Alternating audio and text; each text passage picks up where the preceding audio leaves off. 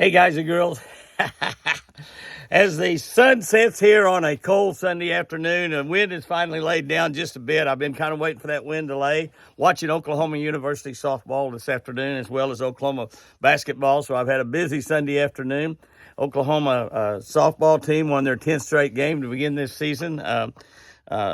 Landry, a girl we got from Louisiana, throw a perfect game today, her first perfect game, the second perfect game that Oklahoma pitchers have pitched this year out of 10 games, our fourth consecutive run rule victory. So it was a lot of fun watching the girls play. We're big Oklahoma University fans also. It's been difficult to be an Oklahoma University football fan this year and basketball fan this year, but our girls are doing great down there, and we follow them all. We love them all. We know Patty Gasco. We know the coaches, and of course Joe Castiglione, a great friend of mine, a great man, just a tremendous individual. I admire Super Joe, we call him here in Oklahoma. I admire Super Joe so very much. So spent a lot of time, Chris. I spent a lot of time watching ball games this afternoon, watching the girls play pretty much, and we had a good time doing that. And so I've been waiting for that wind to die to get outside here a little bit. It is still cold. You see, I got my jacket on. It's still pretty doggone cold out here. It was really cold early in the day. It got down to 20 degrees or 21, something like that. But windy. That wind got that chill temperature way down there.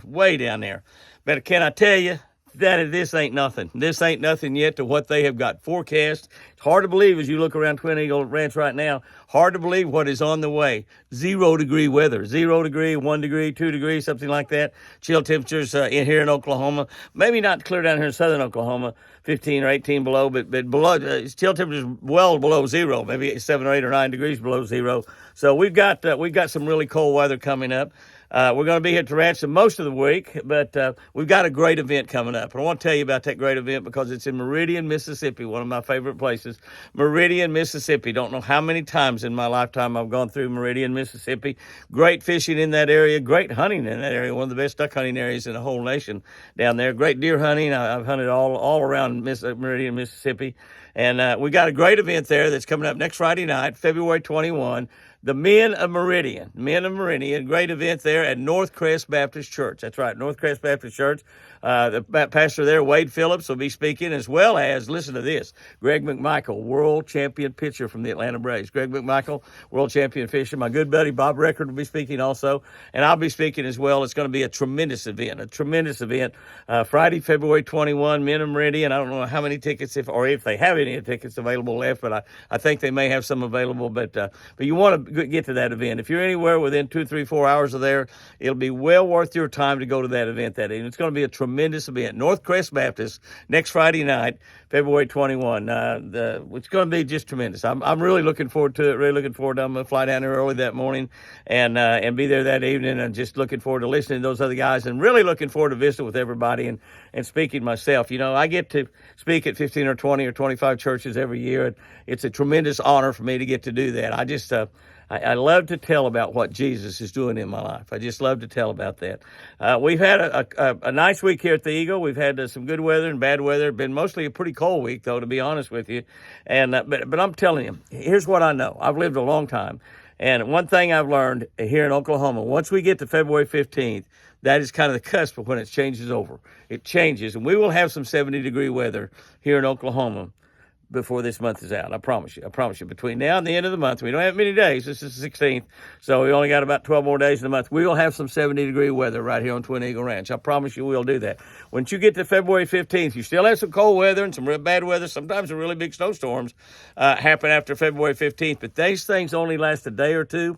This one coming in this next week is supposed to last about 3 or 4 days. It's going to be a little longy, kind of disrupting my belief of what happens after February 15th. But most every front is just a day or two, and then you have 3 or 4 days bad weather. And then maybe a day or two, and then maybe 4 or 5 or 6 days bad weather. And then maybe just a day, and maybe a couple of weeks of good weather.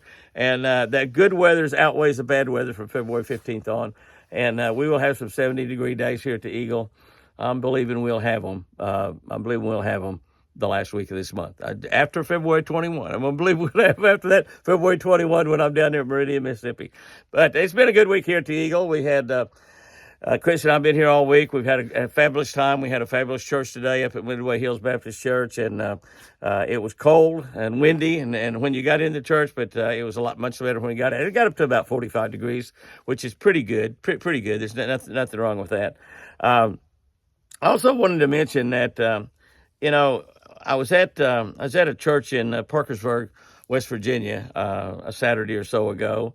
And one of the ladies came up to me after church and talked about how my talk had helped her, because I talked about having problems in your life. And I don't care who you are, you're going to have a lot of problems in your life. And she was concerned about her job, and been getting some memos and letters from some of her bosses or from another area, and she was concerned about her job, concerned about losing her job.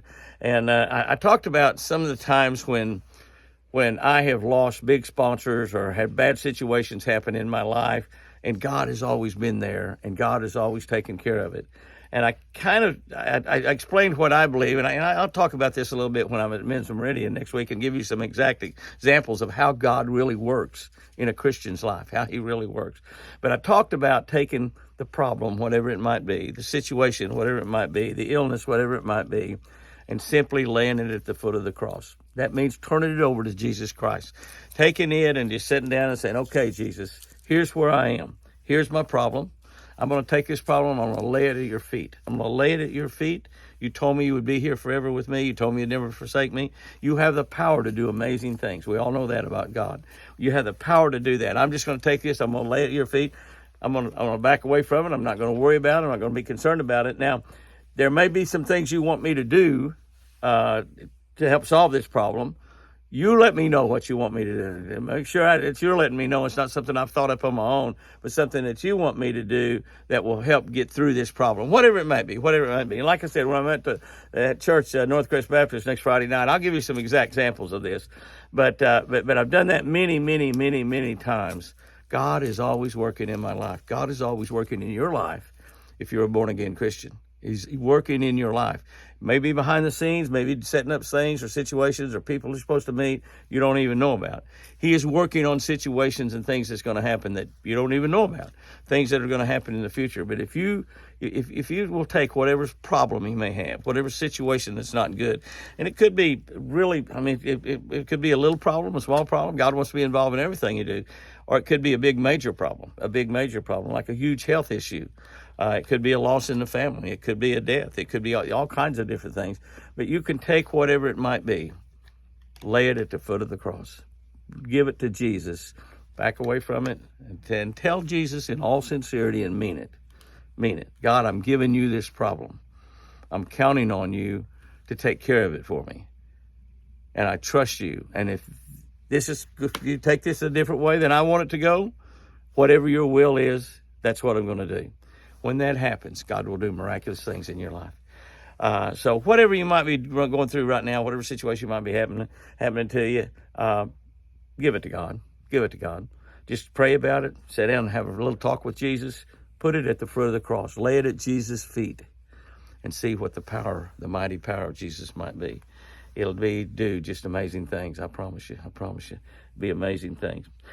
We've got a lot planned in the month of March. March is going to be a busy one. I'll be talking about that. We got several personal appearances in March. The Bassmaster Classic is in March. I'll be there both on a Friday and a Sunday. I will be I'll be down in Hampshire, Texas. I'll be down there at a Baptist church. I'll be up in Virginia at a Baptist church on a Saturday night, right in the middle of the Classic. I'll work the Classic on Friday, and then fly to Virginia to speak at a church up there, work an event up there on Saturday, and then fly back to the Classic for Sunday.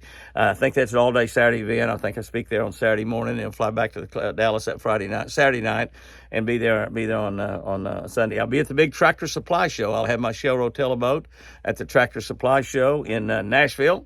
And I'll have that there. That's actually the same week. That's about this time of the month, next month in March. I'll have that. There. I think it's the last week in March, and I believe it's about the same time that the Bassmaster Classic and the Hampshire, Texas. I don't know. I'll clear all that up. My mind just sort of got cluttered with all those dates and appearances.